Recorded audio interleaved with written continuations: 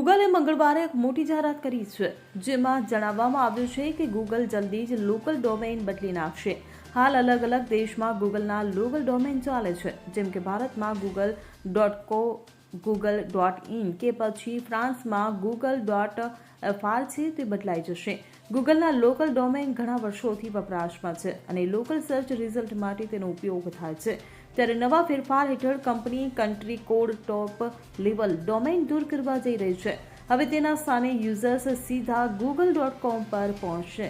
વર્ષ 2017થી Google real time physical લોકેશનની એક્સેસ કરે છે, જેથી યુઝર્સ સુધી સંબંધિત સર્ચ રિઝલ્ટ પહોંચી શકે. પછી ભલે તમે કયા દેશનું ગૂગલ ડોમેન યુઝ કરી રહ્યા હો. ગૂગલે જણાવ્યું હતું કે આ અપડેટ ટૂંક સમયમાં બધા યુઝર્સ સુધી પહોંચશે. આમાં થોડા મહિના લાગી શકે છે. આ પ્રક્રિયા પૂરી થઈ ગયા પછી જ્યારે પણ તમે યુઆરએલમાં કોઈ પણ દેશનો કોડ લખશો તો તે જાતે જ google.com પર રીડાયરેક્ટ થઈ જશે. Bureau report CN24 news. હવે જુઓ દેશ દુનિયાની તમામ ખબરો તમારી આંગળીના ટેરવે.